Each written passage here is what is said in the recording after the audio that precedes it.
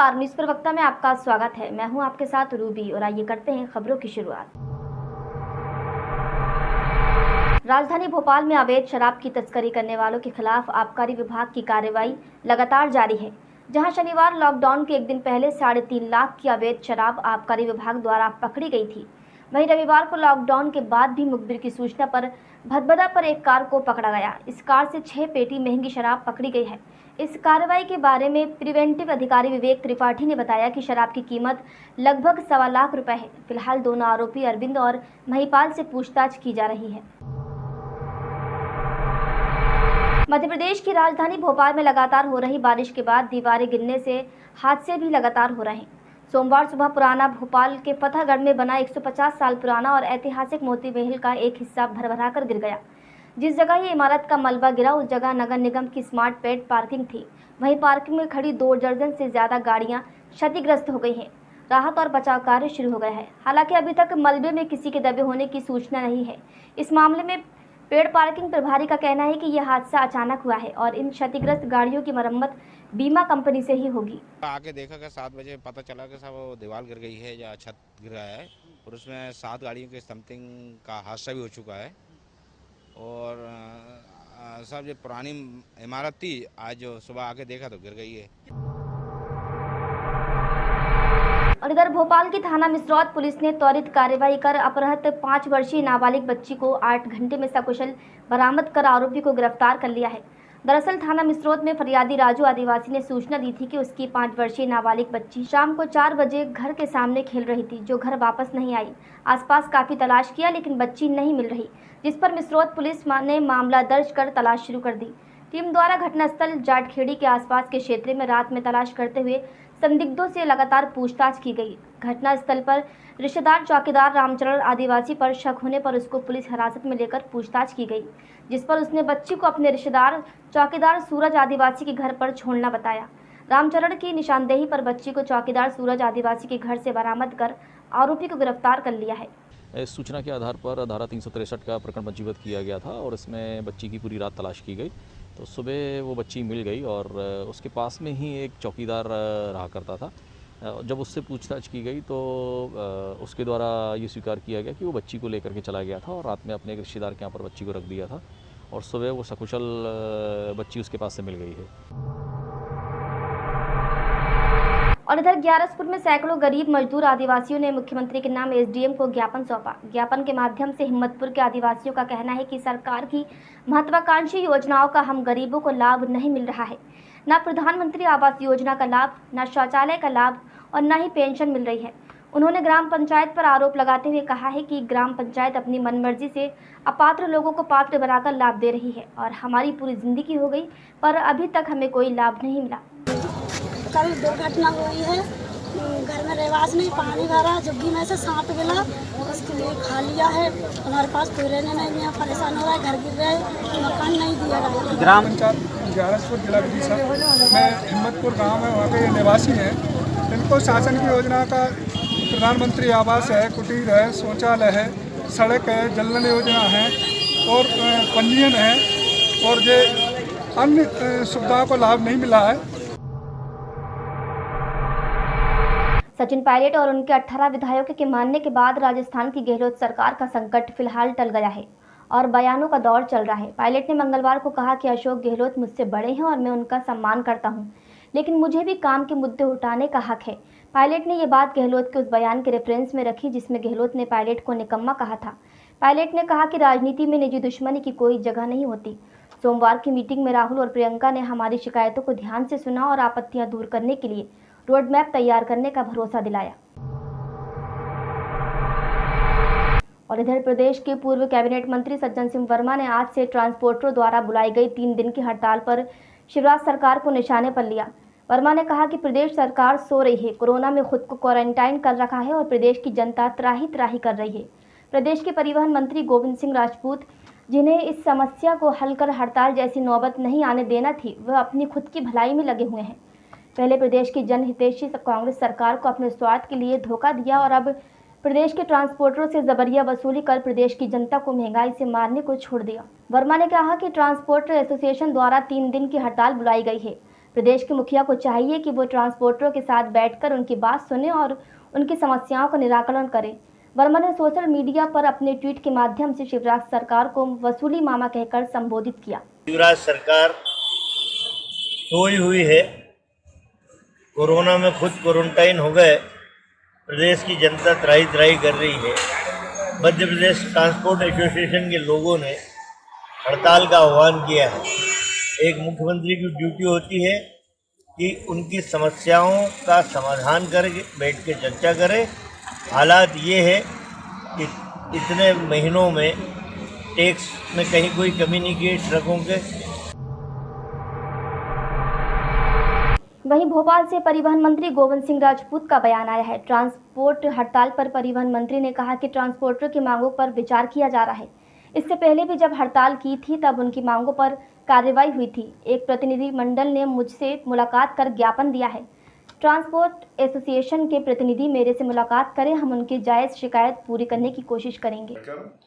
उनका life time tax जो एक मुश्त देने की बात कही थी पिछली सरकार ने, उस पर भी हमने सहानुभूतिपूर्वक निर्णय लिया था और वो किस्तों में देने की बात की थी। यह बात मैंने मध्य प्रदेश के माननीय मुख्यमंत्री शिवराज सिंह चौहान जी को बताई थी और मुख्यमंत्री जी ने भी कहा था कि ठीक किया आपने जो उनका लाइफ टाइम टैक्स किस्तों में कर दिया, इससे उनको भरने में सहूलियत होगी। कोरोना के शुरुआती दिनों में भोपाल में लगभग 70 जमात में आए हुए विदेशियों पर पुलिस ने मुकदमा दर्ज कर गिरफ्तार कर लिया था। गिरफ्तारी के कुछ समय बाद उच्च न्यायालय से सभी जमातियों को जमानत मिल गई थी। भोपाल में इकबाल हफीज, विधायक आरिफ मसूद एवं तबलीगी जमात के आरिफ गौहर की निगरानी में वकील जफर राजा और अंकित सक्सेना पैरवी कर रहे थे। सोमवार को भोपाल अदालत ने सभी जमातियों के मुकदमे खत्म कर दिए, जिसके बाद अब सारे विदेशी नागरिक अपने अपने देश वापस जा सकेंगे। देश भर में ऐसे फैसले को आधार के रूप में देखा जा रहा है, क्योंकि लोगों का आरोप है कि सारे मुकदमे राजनीति के चलते लगाए गए हैं। विधायक आरिफ मसूद ने न्यायालय के फैसले का स्वागत करते हुए कहा है कि ये सब निर्दोष थे और आज अदालत के फैसले ने सबको न्याय दिया है।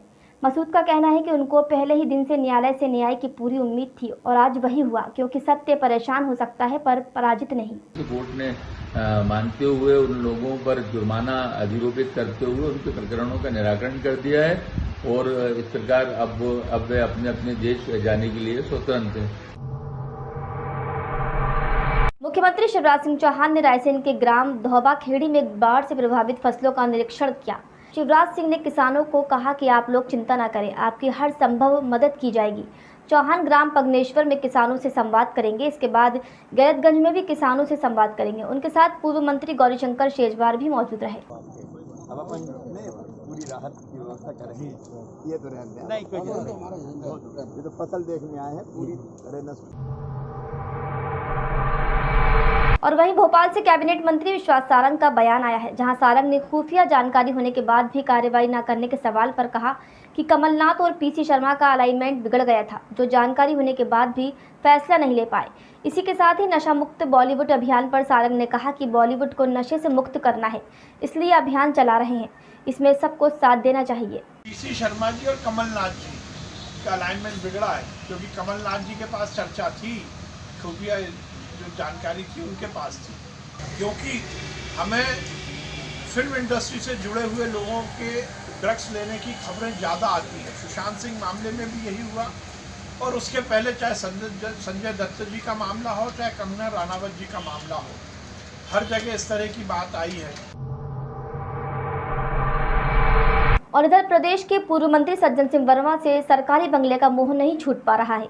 यही कारण है कि 3-3 बार नोटिस जारी करने के बावजूद वो बंगला खाली करने के लिए तैयार नहीं है।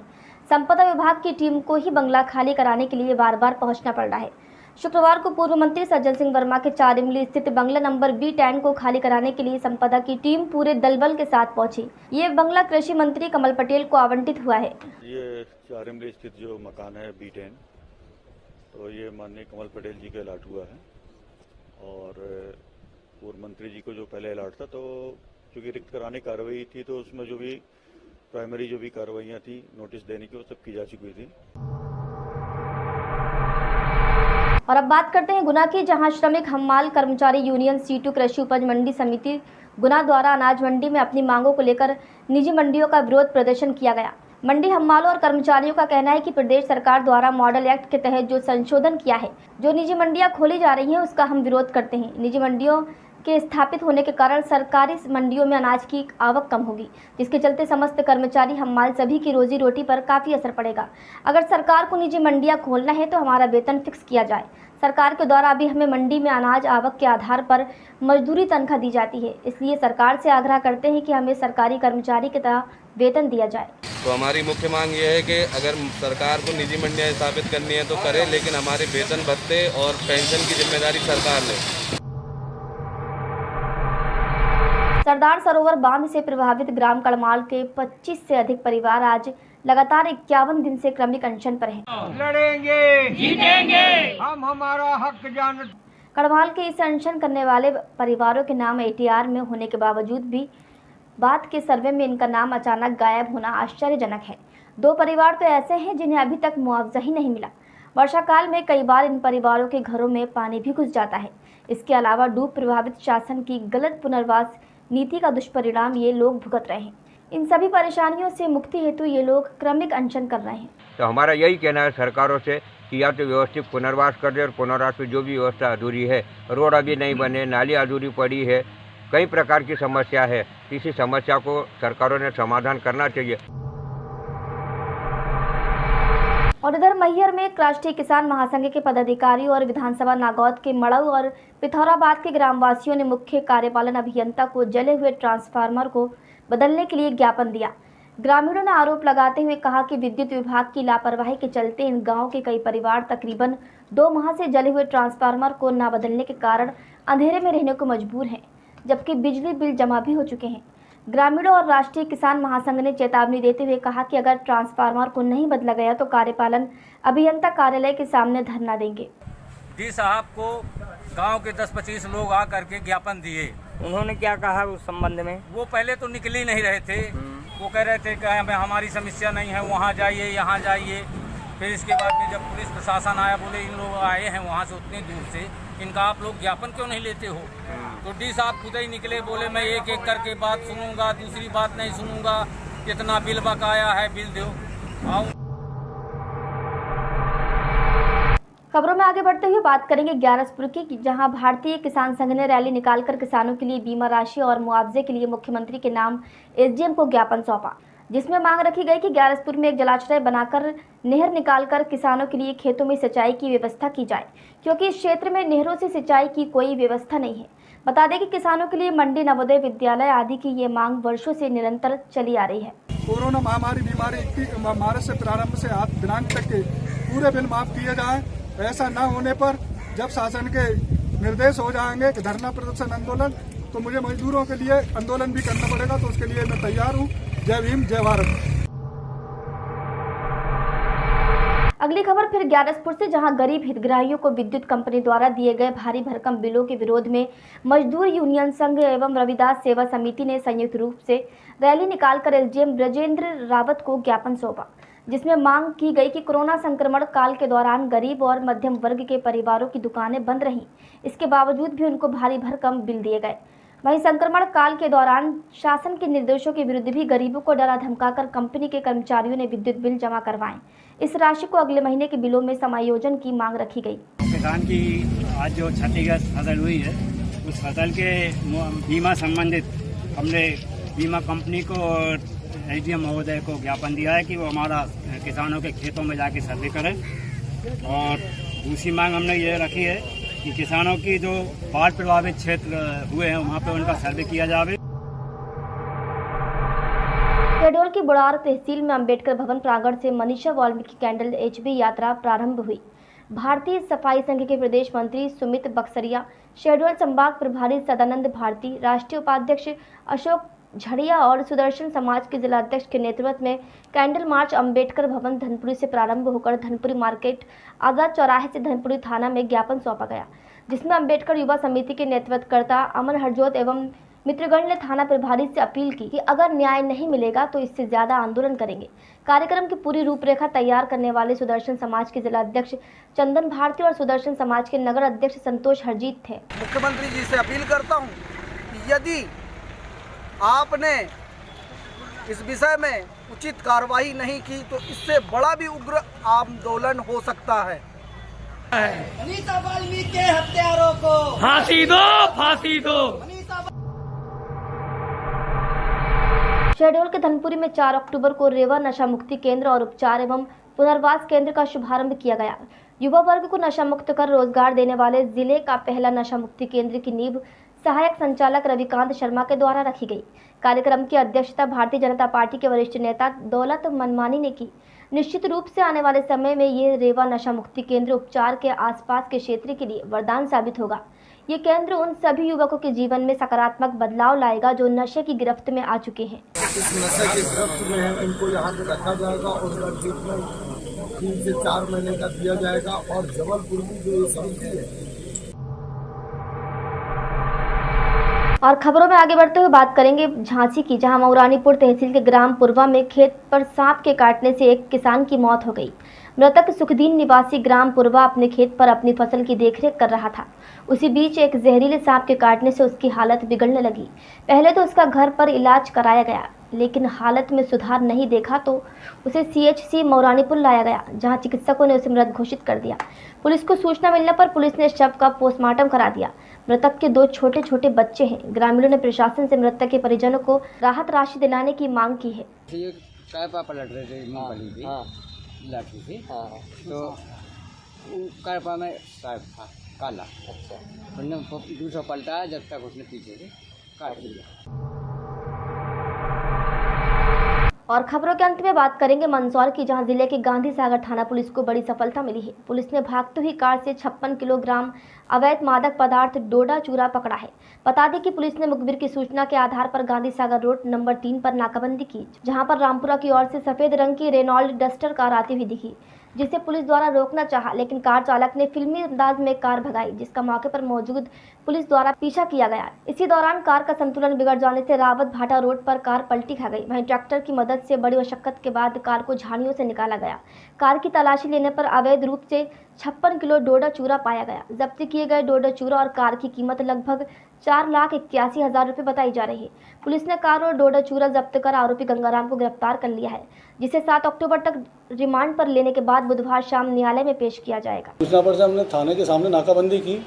गाड़ी को जो रेनॉल्ड डस्टर आ रही थी उसको रोकने का प्रयास किया और रुकी नहीं, फिर हमारे द्वारा पीछा किया गया। तो जो गाड़ी आ रही थी रेनॉल्ड डस्टर के चालक, वो तेज़ी से भगाता हुआ रावत भाटा रोड पे ले गया। यहाँ अपने सगल बाबूजी के मंदिर के यहाँ पे तो तेज़ भगाने के चक्कर में वो पलटी खा गई उसकी गाड़ी। सौंख में मंगलवार को कस्बा के रालोद कार्यालय पर रालोद द्वारा आयोजित जिला अध्यक्ष रामरस पाल पौनिया की अध्यक्षता में बैठक हुई, जिसमें आगामी 1 अक्टूबर को होने वाली शांति मार्च यात्रा को लेकर दिशा निर्देश दिए गए और कस्बा समेत ग्रामीण अंचल से किसानों के पहुंचने के लिए आह्वान किया गया। यात्रा के बाद देश के राष्ट्रपति के नाम ज्ञापन दिया गया, जिसमें किसानों से शांति मार्च में पहुंचने का आह्वान किया। जिला अध्यक्ष रामरस पाल पौनिया ने कहा कि भाजपा सरकार द्वारा किसान विरोधी अध्यादेश लाए गए हैं। ये अध्यादेश अंग्रेजों के काले कानून से बदतर है और इस कानून से किसान पूरी तरह बर्बाद हो जाएगा। इस मौके पर ब्लॉक प्रमुख प्रतिनिधि बाबूलाल, जिला पंचायत सदस्य प्रतिनिधि सुरेश भगत, बलजीत सिंह सहित कई कार्यकर्ता उपस्थित रहे। हिंदू, मुसलमान, गरीब, पिछड़ा, दबा, कुचला, इसका नाम है राजनीति। ये मंच बहुत मजबूती के साथ बनाया था और चौधरी जैन जी इसके एमपी रहे जब तक जिले में कोई लड़ाई झगड़े का फोन, कहीं विवाद, आज स्थिति बहुत पे आ चुका है। पूरी स्थिति बिगड़ी हुई है। और इधर जनपद रामपुर के कैमरी थाना क्षेत्र अंतर्गत मुझाना नदी और मिलक बिलासपुर रोड पर पुल के नीचे धड़ल्ले से अवैध रूप से खनन हो रहा है। इसके बावजूद भी रामपुर पुलिस हाथ पर हाथ धरी बैठी है। खनन करने वाले लोगों से मीडिया ने जब जवाब मांगा तो उन्होंने कहा कि पुलिस पैसे लेती है और खनन करने देती है। आपको बता दें कि भवरका चौकी के पुलिस कर्मियों पर आए दिन आरोप लगते रहते हैं। इसके बावजूद भी उच्च अधिकारियों ने इनका अभी तक ट्रांसफर नहीं किया और ना ही कोई जुर्माना डाला है। ऐसे में अब स्पष्ट हो जाता है कि इस अवैध खनन में कहीं ना कहीं उच्च अधिकारियों की भी मिलीभगत है। इधर भोपाल में national movement for all pension scheme के बैनर तले समस्त पुरानी पेंशन बहाली की मांग को लेकर 2 अक्टूबर गांधी जयंती से पेंशन बहाली सप्ताह मनाने का संकल्प पेंशन पीड़ितों ने लिया है। इस बारे में पुरानी पेंशन बहाली के प्रांताध्यक्ष परमानंद डेहरिया का कहना है कि 1500 से 2500 रुपये महीने की पेंशन में परिवार का गुजारा नहीं होता है। अतः हमारी सरकार से मांग है कि पुरानी पेंशन में बदलाव किया जाए। राष्ट्रपिता महात्मा गांधी की जयंती के उपलक्ष्य में संपूर्ण भारत में हम संकल्प दिवस मनाने जा रहे हैं। हमारे राष्ट्रीय अध्यक्ष विजय कुमार जी ने आह्वान किया है और हम एनपीएस भारत छोड़ो अभियान हम करना चाह रहे हैं और इसको पूर्ण कर रहे हैं। हमारी पुरानी पेंशन एकमात्र मांग है और निजीकरण समाप्त करें। 6.5 लाख कर्मचारी आपके आशा लगाए बैठा है, आप तत्काल पेंशन बहाल करें, भाई यही मांग है। और इसी बात का संकल्प राष्ट्रपिता महात्मा गांधी की जयंती के दिन हम लेने जा रहे हैं। मध्य प्रदेश का सारा कर्मचारी इसी बात का आह्वान करे। और खबरों के अंत में बात करेंगे इंदौर की, जहां किशनगंज थाना क्षेत्र स्थित सोयाबीन की फसल लूट कर ले गए 3 बदमाशों को पुलिस ने मौके से धर दबोचा है, जिनके पास से 2 पिस्टल सहित जिंदा कारतूस भी बरामद किए गए हैं। मामला इंदौर के किशनगंज थाना क्षेत्र से लगे गांव का है, जहां पर 4 पहिया वाहन से 3 बदमाश खेत में रखी सोयाबीन की फसल किसानों से जबरदस्ती छीनकर फरार हो गए थे। किसानों द्वारा सूचना मिलने पर मौके पर पहुंची पुलिस ने बदमाशों का पीछा कर उन्हें धर दबोचा और चेकिंग करने पर उनके पास से 2 पिस्टल सहित कई जिंदा कारतूस भी बरामद किए गए। बताया गया है कि पकड़ाए गए बदमाशों में से 2 बदमाश कुख्यात बदमाश मांगीलाल ठाकुर के लड़के हैं, जो पहले से ही जेल की सलाखों के पीछे है। सूचना मिलने पर थाना किशनगंज की FRB मौके पर पहुंची। एक i10 कार में 2 व्यक्ति वहां पर थे, जिनका पूर्व आपराधिक रिकॉर्ड था। उसके बावजूद भी FRB में लगे आरक्षक श्री अशोक चंद्रवंशी तथा FRB चालक के द्वारा साहसपूर्वक उन दोनों ही व्यक्तियों को कार सहित थाने पर लेकर आए। मध्य प्रदेश में बढ़ते बलात्कार, महिला उत्पीड़न के मामलों को लेकर शहडोल में जिला कांग्रेस अध्यक्ष आजाद बहादुर सिंह के नेतृत्व में कांग्रेसियों द्वारा बाबा साहब अम्बेडकर चौक पर मौन धरना देकर विरोध जताया गया। इस संबंध में जिला कांग्रेस अध्यक्ष आजाद बहादुर सिंह ने कहा कि भारतीय जनता पार्टी की सरकार में पूरे प्रदेश में लगातार दुराचार के मामले बढ़ रहे हैं, जिस पर सरकार किसी तरह का अंकुश नहीं लगा पा रही है। प्रदेश के कई जिलों में इस तरह की घटना रोजाना सुनने में आ रही है। दुराचार सहित अन्य कई मामले लगातार उजागर हो रहे हैं। पूरे प्रदेश में कानून व्यवस्था भी पटरी से उतरी हुई है। सरकार अवैध उत्खनन पर अंकुश नहीं लगा पा रही है। इस दौरान उत्तर प्रदेश के हाथरस सहित प्रदेश के अन्य जिलों में हुई घटना को लेकर कैंडल जलाकर श्रद्धांजलि अर्पित की गई। इस मौके पर प्रमुख रूप से जिला कांग्रेस अध्यक्ष आजाद बहादुर सिंह, पूर्व विधायक कमला सिंह, प्रदेश महामंत्री नीरज द्विवेदी, किसान कांग्रेस के प्रदेश महामंत्री विजय सिंह और एजाज खान सहित सभी कांग्रेसी मौजूद रहे। रतलाम में 4 लेन पर घटला ब्रिज पर सोमवार सुबह 4 बजे कार पलटने से कार में सवार 5 लोग घायल हो गए हैं, जिनमें से एक युवक की इलाज के दौरान जिला अस्पताल में मौत हो गई। वहीं अन्य 4 घायलों का इलाज जारी है। जानकारी के मुताबिक इंदौर के रानीपुरा क्षेत्र निवासी परवेज, फैजल, उवैस अंसारी, फरहान और आरिफ रविवार को अपनी कार से अजमेर से इंदौर की ओर लौट रहे थे। इस दौरान सोमवार सुबह करीब 4 बजे रतलाम के घटला ब्रिज पर इनकी कार बेकाबू होकर पलट गई, जिससे कार में सवार सभी लोग गंभीर रूप से घायल हो गए। इन सभी घायलों की उम्र 22 से 24 वर्ष बताई जा रही है। ये तकरीबन रात को 3:15 साढ़े 3 बजे का आसपास की घटना है और गड्ढे को बचाने के चक्कर में स्टीयरिंग थोड़ा टाइट कट गया भाई से, दोस्त से मेरे, तो गाड़ी लेफ्ट साइड पलटी खा गई। अखिल भारतीय विद्यार्थी परिषद द्वारा विश्वविद्यालय और महाविद्यालयों में प्रवेश तिथि आगे बढ़ाने और ऑनलाइन पंजीयन शुरू करने हेतु ज्ञापन दिया गया। छात्रों की ऑनलाइन पंजीयन प्रक्रिया बंद होने के कारण हजारों छात्रों का पंजीयन नहीं हो पाया, जिससे कई छात्र प्रवेश से वंचित होते हुए नजर आ रहे हैं। ऐसे छात्र अपने आगे के भविष्य और पढ़ाई को लेकर मानसिक रूप से प्रताड़ित है। ज्ञापन में मांग की गई है कि तत्काल प्रभाव से ऑनलाइन पंजीयन प्रक्रिया प्रारंभ कर प्रवेश तिथि आगे बढ़ाई जाए और प्रवेश सीट में वृद्धि की जाए। साथ ही प्रदेश सरकार द्वारा मांगे नहीं मानने पर उग्र आंदोलन की चेतावनी दी गई। अंतिम चरण अभी जारी है, पंजीयन नहीं हो पाया, जिससे कहीं न कहीं छात्र प्रवेश में वंचित होते हुए नजर आ रहे हैं। ऐसे छात्र अपने आगे के भविष्य का पढ़ाई को लेकर मानसिक। सुरभिरावल, नगर मंत्री अखिल। खबरों के अंत में बात करेंगे मंदसौर की, जहां कांग्रेस कार्यकर्ताओं द्वारा हाथरस में हुई घटना को लेकर रैली निकालकर विरोध प्रदर्शन किया गया। कांग्रेस नेता श्यामलाल जोगचंद के नेतृत्व में सैकड़ों कार्यकर्ताओं के साथ संजय गांधी उद्यान से गांधी चौराहे तक पैदल मार्च निकाला गया और योगी सरकार मुर्दाबाद के नारे लगाए गए। वहीं योगी आदित्यनाथ के विरोध में तहसीलदार को राष्ट्रपति के नाम ज्ञापन दिया गया। ज्ञापन में पीड़िता को जल्द से जल्द न्याय और दोषियों को फांसी की सजा की मांग की गई। नेता श्यामलाल जोगचंद्री ने कहा कि किसान विरोधी बिल को वापस लिया जाए। वहीं मध्य प्रदेश और उत्तर प्रदेश में बहन बेटियां सुरक्षित नहीं हैं। कानून व्यवस्था पूरी तरह खत्म हो गई है और शासन में बैठे कर्मचारी और नेता पद का दुरुपयोग कर रहे हैं। वहीं श्यामलाल ने कहा कि शिवराज सिंह चौहान के राज में भी यही हो रहा है। बेटियों के साथ आए दिन दुष्कर्म की घटनाएं सामने आ रही हैं। ऐसे में ऐसी सरकार को उखाड़ फेंकना चाहिए और प्रधानमंत्री नरेंद्र मोदी को तुरंत इस्तीफा दे देना चाहिए। इकट्ठे हुए और उन्होंने आज एक ज्ञापन दिया और ये मैसेज किया है देश के पीएम को, प्रधानमंत्री को, कि भैया इस देश की बहु बेटियों को सुरक्षित रखो और इस देश की बेटियों को जलाओ मत, और अगर कोई बैठने गया है तो उसको शोक संवेदना व्यक्त करने जा रहा है तो उनको रोको मत। इसके लिए यहाँ पर आज का आंदोलन था। गाजियाबाद के मसूरी इलाके में मुखबिर की सूचना पर ड्रग इंस्पेक्टर और स्थानीय पुलिस ने एक घर से लाखों रुपए की अवैध दवाइयां बरामद की हैं। हालांकि इस कार्रवाई से पहले आरोपी मौके से फरार होने में कामयाब हो गया। जो मकान आप तस्वीरों में देख रहे हैं, ये मकान मसूरी के रफीकाबाद में है। मुखबिर के द्वारा लगातार ये सूचनाएं मिल रही थी कि एक घर से अवैध तरीके से दवाइयों का स्टॉक कई जगह पर सप्लाई किया जाता है। सूचना के आधार पर ड्रग इंस्पेक्टर ने छापेमारी की। फिलहाल पूरी दवाई का सैंपल जाँच के लिए भेजा गया है। वहीं डॉक्टर का कहना है कि जांच के दौरान ये पता चलेगा कि इन दवाइयों की गुणवत्ता सही है या नहीं, पर मुकदमा दर्ज जरूर किया जाएगा और कार्यवाही भी की जाएगी। सूचना मिली वहाँ पे कुछ दवाएं अवैध रूप से रख रही हैं, अवैध रूप से मेडिकल स्टोर संचालित किया जा रहा है, जिसके क्रम में मैं वीरेंद्र कुमार सहायक आयुक्त औषधि और मैं अपने अधीनस्थ श्री अनुरोध कुमार औषधि निदेशक गाजियाबाद को निर्देशित किया कि वहाँ पे तत्काल पहुँचें और फिर बाद में मैं भी पहुँचा हूँ। वहाँ पहुँचने के बाद वो उस मकान में जो मकान मालिक जो है वहाँ पे हारून मिले। इधर शिवपुरी के करेरा विधानसभा में बीजेपी प्रत्याशी जसवंत जाटव पर 10,000 की घोषणा को लेकर एफआईआर दर्ज की गई है। दरअसल जसवंत जाटव का मीडिया पर एक वीडियो वायरल हुआ है, जिसमें जसवंत जाटव ने गांव में पहुंचकर आदिवासी परिवार से कहा कि आपने मुझे वोट दिए तो मैं आपको 10,000 रुपये दूंगा और अगर वोट नहीं दिया तो मैं तुम्हारा गला दबा दूंगा।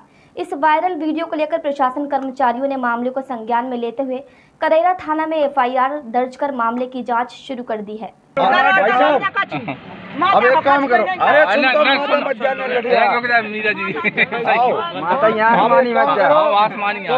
अबे माता पधारो, 10,000 रुपया मैं अपनी तरफ से दूंगा माता मैया का। पधार दो माता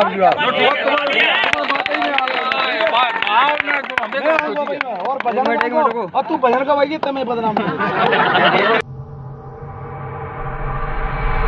खबरों में आगे बढ़ते हुए बात करेंगे कुक्षी की, जहां नगर में यातायात सुधारने हेतु प्रशासन सख्त हो गया है। दरअसल कुक्षीनगर के मुख्य मार्गों पर दुकानों के सामने खड़े वाहनों और हाथ ठेला दुकान वालों से यातायात में आ रही लगातार परेशानी को लेकर स्थानीय प्रशासन द्वारा व्यापारियों को समझाइश दी गई।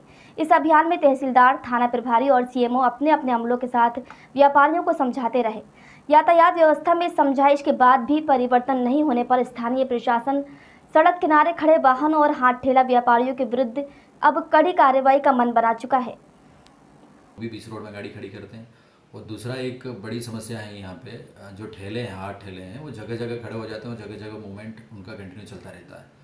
तो उनके खिलाफ हम ये कार्रवाई के लिए एक अभियान चालू किया है आज से, और उसमें संयुक्त रूप से ये अभियान है नगर पालिका और पुलिस और प्रशासन, रेवेन्यू के सारे अधिकारी मिलके आज हमने पुराने थाने से लेकर गायत्री मंदिर और फिर अपना अलीराजपुर रोड पे संयुक्त रूप से अभियान चलाया है। और जो दुकानदार हैं उनको भी आज समझाइश दी कि अपने जो ग्राहक आते हैं उनकी व्यवस्थित वाहन खड़े करवाएं, उसके बाद ही उससे लेन देन करें। और जो फुटपाथ पे दुकानें लगी रही, चाहे वो फल फ्रूट्स की हो, सब्जियों की हो या कपड़े की, तो उनकी दुकानें बिल्कुल फुटपाथ के पीछे फुटपाथ खाली करें, ताकि जिससे ट्रैफिक सुचारू रूप से चलता रहे, आवागमन बाधित ना हो।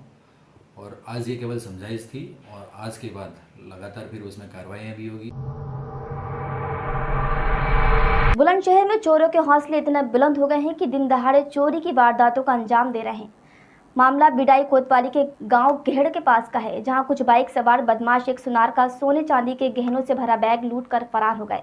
बताया जा रहा है कि ज्वेलर ज्वेलरी शॉप से घर लौट रहा था, जिसके बैग में 1 किलो चांदी और 8 तोला सोने के गहने थे, जिन पर बदमाशों ने हाथ साफ कर दिया। सूचना मिलने के बाद घटनास्थल पर पहुंची पुलिस जांच में जुट गई है। और है जो मैं वृंदावन गया तो कुछ लोगों ने मेरे साथ में जो है लूट की। और जब मैंने 100 नंबर पे कॉल किया तो 100 नंबर पे मैंने बोले 100 नंबर ने मुझसे पूछा भाई क्या क्या सामान गवा है तुम्हारा। तो मैंने कहा भी मेरा 17 सीएम सोना था, 1 किलो चांदी थी, वो बैग में रखी थी, बैग में वो लेके चले गए चोर। और जब फिर मैं जब मुझे यहाँ जब पूछा गया भाई सामान, मैंने इतना भी यहाँ बताया, मीडिया सामने भी यही बताया मैंने। आज थाना क्षेत्र डिबई के अंतर्गत सत्यवी सना स्वर्गीय अमर सिंह निवासी रहमापुर, जिनकी दुकान सुल्तानपुर बिलौनी थाना चतारी के अंतर्गत आती है, शाम को दुकान से निकलने के बाद असदपुर घेड़ के जंगल में कुछ बदमाशों द्वारा इनका बैग छीन लिया गया। इनके द्वारा बताया गया कि बैग में 10 ग्राम सोना एवं 300 ग्राम कच्ची चांदी है। सूचना मिलते ही तत्काल पुलिस मौके पर पहुंची एवं इस संबंध में अभियोग पंजीकृत कर लिया गया है। 5 टीमों का गठन किया गया है जो तत्परता से इस घटना के अनावरण के लिए सार्थक प्रयास कर रही है। बुलेटिन में फिलहाल इतना ही। ताज़ा अपडेट के लिए बने रहिए न्यूज़ प्रवक्ता के साथ। नमस्कार।